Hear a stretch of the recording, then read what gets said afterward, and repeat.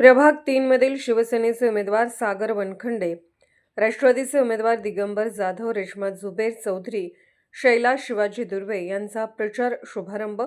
मिरजेतील गणेश मंदिरामध्ये गणरायाची आरती करून प्रचाराचा शुभारंभ.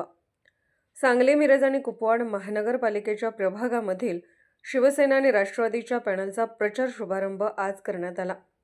मिरजेतील गणेश मंदिरात गणरायाची आरती करून प्रचाराचा प्रारंभ करण्यात आला. छत्रपती शिवाजी महाराजांच्या पुतळ्यास पुष्पहार अर्पण करून अभिवादन करण्यात आले. शिवसेनेचे उमेदवार सागर वनखंडे, राष्ट्रवादीचे उमेदवार दिगंबर जाधव, रेश्मा जुबेर चौधरी, शैला शिवाजी दुर्वे यांचे तगडे पॅनल निवडणुकीच्या रिंगणात उतरवण्यात आले आहे. यावेळी शिवसेनेचे महापालिका क्षेत्रप्रमुख मोहन वनखंडे सर, माजी नगरसेविका आणि प्रभाग 2 मधील शिवसेनेचे उमेदवार अनिता वनखंडे, राष्ट्रवादीचे नेते जुबेर चौधरी, अशोक दुर्वे, सनी दुर्वे उपस्थित होते.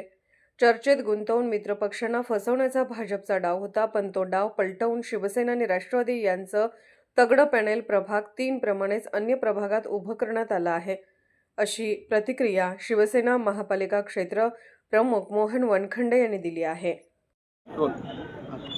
सांगली, मिरज, कुपवाड महापालिकेचे इलेक्शन आता होऊ घातलेली आहे.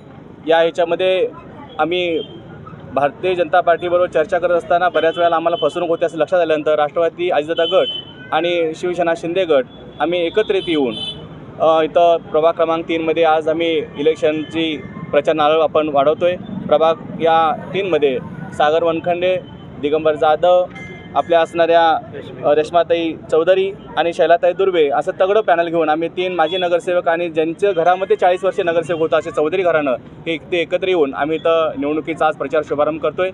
मला मोठा आनंद आहे की एक असणारे उपमुख्यमंत्री जे अर्थमंत्री आहेत त्या महाराष्ट्रातल्या सर्व विकासाला निधी देत आहेत आणि ह्या सांगली, मिरज, कुपवाड महापालिकेमध्ये असणारे जे नगर विकास खात्याचा निधी देणारे नगर विकास मंत्री असणारे आमचे एकनाथभाई शिंदे आहेत. त्यामुळे आमच्या ह्या पॅनलमधून निवडून आल्यानंतर आम्हाला विकासाला निधी अर्थमंत्री आणि नगर विकास मंत्री कमी पडू देणार नाहीत. आमचं पॅनल या लोकांच्या जनतेच्या विकासासाठी, नगराच्या विकासासाठी काम करेल अशी मी ग्वाही देतो.